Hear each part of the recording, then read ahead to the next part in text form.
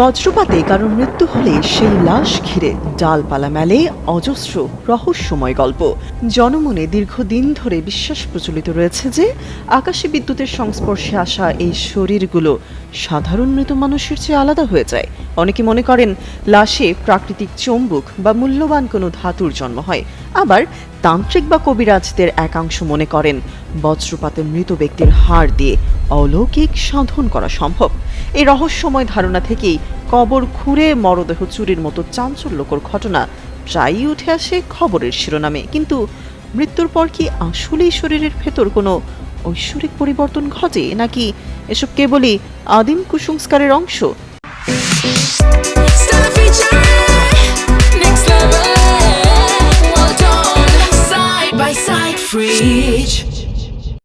কেনই বা এক শ্রেণীর মানুষ এই মৃতদেহগুলোর পেছনে মরিয়া হয়ে ছুটছে?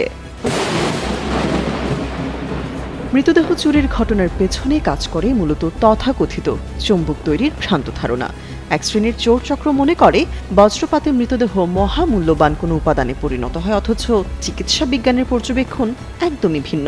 ঢাকা মেডিকেল কলেজ হাসপাতালের ফরেনসিক বিভাগের বিশেষজ্ঞ চিকিৎসকদের মতে বিদ্যুৎস্পৃষ্ট হয়ে মৃত্যু আর বজ্রপাতে মৃত্যু একই ধরনের ঘটনা। শরীরের বিদ্যুৎ প্রবাহের ফলে স্নায়ু ও হৃদযন্ত্র বিকল হয়ে যায় মাত্র।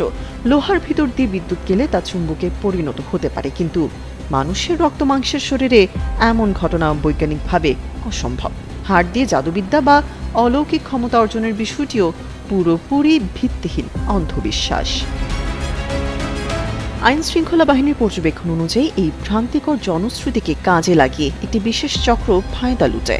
অনেক সময় মরদেহ চুরির ভয়ে স্বজনরা সাধারণ কবরের পরিবর্তে বাড়িতে বা কংক্রিট দিয়ে পাকা করা কবরে সমাধি দিতে বাধ্য হন। পাশাপাশি কবর দেওয়ার পর মৃতদেহ চুরি হয়ে যেতে পারে এই আশঙ্কায় রাত জেগে কবর পাহারা দেন মৃত পরিবারের স্বজন ও প্রতিবেশীরা। বিজ্ঞান বলছে মূলত বায়ুমণ্ডলে জলীয় বাষ্পের আধিক্য এবং ক্রমবর্ধমান তাপমাত্রার কারণে দেশে বজ্রপাতের তীব্রতা ও মৃত্যু বাড়ছে। একদিকে প্রকৃতির এই রূপ, অন্যদিকে মানুষের মন থেকে না ঘোচা আদিম কুসংস্কার, এই দুয়ের জাঁতাকলে পড়ে বজ্রপাতে মৃতদের দেহ চুরির শঙ্কা। বিশ্লেষকদের মতে সচেতনতাই পারে এই অমূলক ভিত্তির অবসান ঘটাতে। তামান্না তাবাসসুম শ্রেয়া, যুগান্তর নিউজ।